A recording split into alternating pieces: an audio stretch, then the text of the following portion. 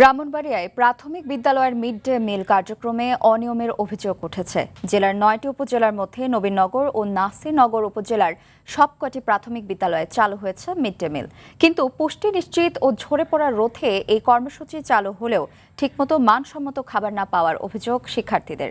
ব্রাহ্মণবাড়িয়া থেকে আজিজুর রহমান পায়েলের তথ্যচিত্রে আরও জানাচ্ছেন Leone Saad. Lily Whipped Shea Mystic Glowing Body Wash. Secret to ultimate glow.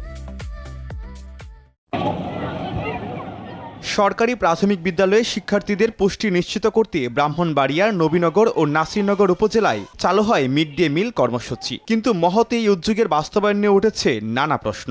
নিয়ম অনুযায়ী সপ্তাহে বিভিন্ন দিন ডিম, রুটি, দুধ, কলা ও বিস্কুট দেওয়ার কথা থাকলেও বাস্তবে মিলছে ভিন্ন চিত্র।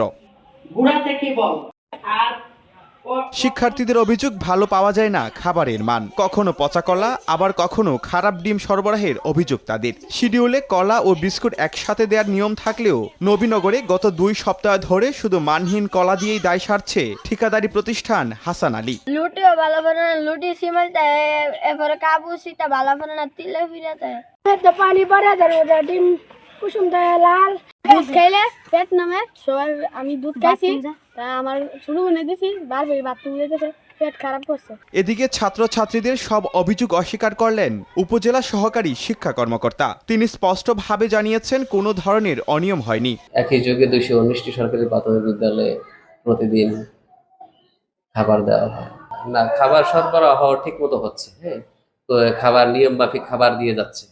কোমলমতি শিশুদের পুষ্টির এই খাবারে অনিয়ম রোধে সংশ্লিষ্ট কর্তৃপক্ষ কঠোর নজরদারি বাড়াবে, এমনটাই প্রত্যাশা সচেতন মহলের। লিওন আজাদ, RTV।